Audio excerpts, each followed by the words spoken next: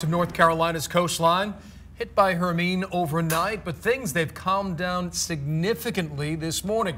Chief Meteorologist Zach Daniel is in the Outer Banks right now. And Zach, still seeing some big waves over your shoulders though.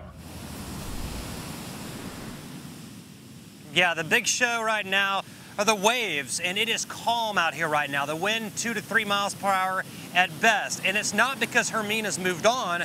We're actually in the dead center of the storm right now, the eye of Hermine, and it is a very large eye, very elongated eye, and we are on the northeastern part of that. And so we're getting a very nice morning right now, but the ocean is out of control. Massive waves continue out that way.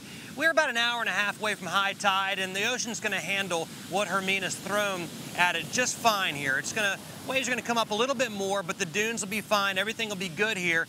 One thing that you got to understand, if you are coming down here on vacation, the ocean's going to be off limits. There's going to be no swimming today, none tomorrow, and likely on Labor Day as well, as Hermine will continue to churn the ocean up and just make it almost a death sentence to get in the water, the way the waves are and the resultant rip tides as well. All right, showing you where we are in relation to the center of Hermine. Again, the center is a very elongated area, so we're on the northeastern part of that. So we're not having any rainfall right now. All of that is displaced well to the north and west, and we have no wind at the moment either. But we're only halfway done with the wind. The wind all night long was blowing from the ocean on land and just battering this area. If you saw us at 11 o'clock last night, you saw that. Now, as the system moves north, we're going to get the backside of that wind. It's going to be coming from land to sea, and once again, be every bit as intense as it was early this morning, late last night. Once we get farther north, you're still seeing a lot of wind up into parts of Virginia, Hampton Roads area, and through the Chesapeake. And with the tides reaching their highest point, 11 a.m. or so in the Virginia Beach area, and around 1 farther north through the Middle Peninsula and Northern Neck, that's when you're going to have your biggest problems with coastal flooding.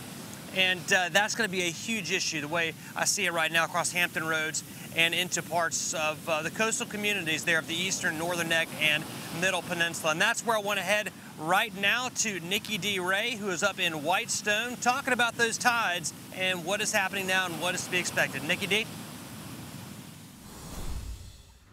Hey, thanks so much, Zach. You know, right now in about 10 minutes will be official low tide right in this particular area. But just like you said, high tide's at 1:40. That is the same time span that we're looking to see heavy amounts of rain. Now, look around with me. You can see it seems pretty calm. We're being blocked by this bridge. We're actually going to head over into Windmill Point right after this and check things out. I was speaking to some friends of mine. They came over to say hello, and they said Windmill Point is just rocking and rolling this morning when it comes to wind gusts. So gusty conditions are going to be a main issue without the next few hours and then continuing throughout the entire day. But really just the wind right now, and then we're going to have some heavy amounts of rainfall headed our way shortly. And again, that's the same time span of course, high tide being at 1:40. Now, obviously right now things are nice and calm, not seeing large waves, but we are seeing some of that in many locations across the Northern Neck.